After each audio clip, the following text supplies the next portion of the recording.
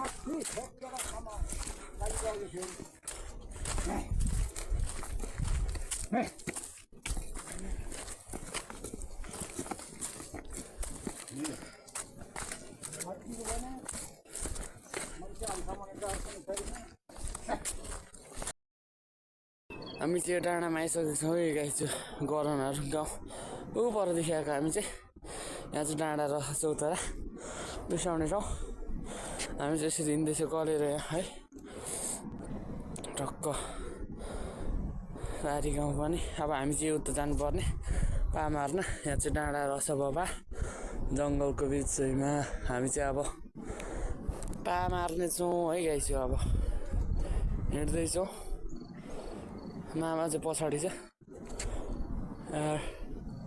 डाँडा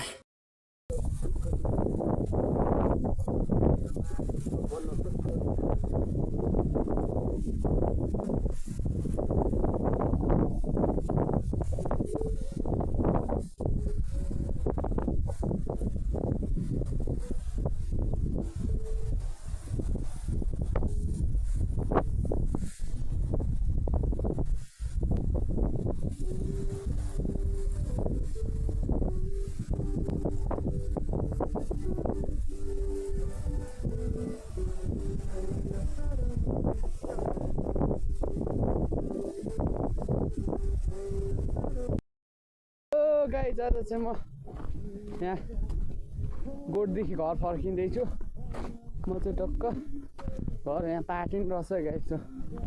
अब चाहिँ म त्यसरी एक्लै गीतको तालमा घर फर्किरहेको छु। अनि यहाँनिर टक्क नि एक्लै बिन्दास तरिकाले वेट। अब चाहिँ म बाटो तर यो चाहिँ गोठ जाने बाटो। अब रोड आइपुग्नु आँटेको। म चाहिँ एक्लै है यहाँ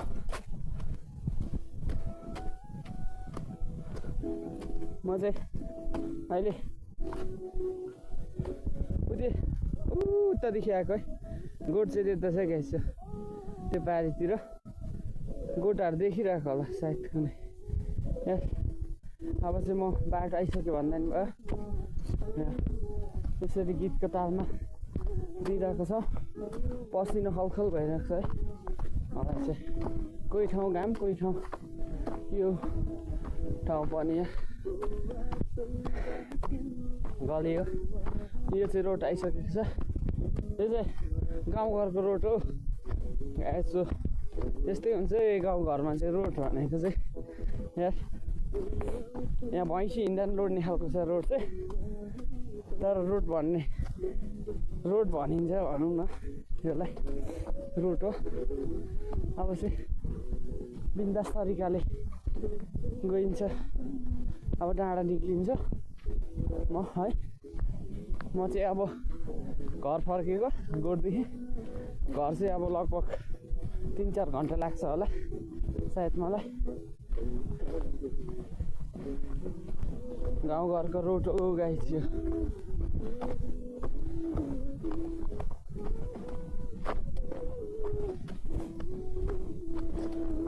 म चाहिँ गलेर लोत भइरहेको छ गाइस। मसँग चाहिँ बुलुसुत छ एउटा चरा रहेछ गाइस। यहाँ चाहिँ सरेङ गर्दैछ। वेट डाँडा आइपुग्नै लाग्यो। म चाहिँ यार त्यही तल डाँडा यहाँनिर डाँडा वेट झर्ने लोड्यो यार।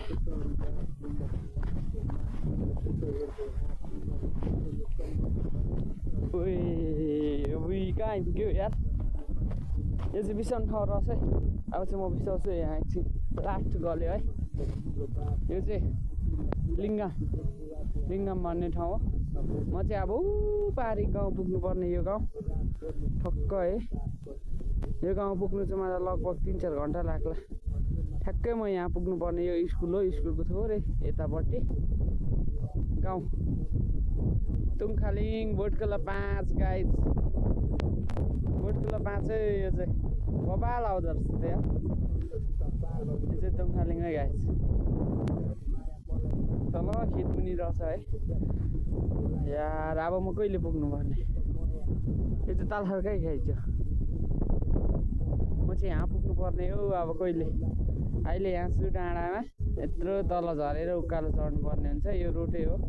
यो रोड जानुपर्ने हुन्छ।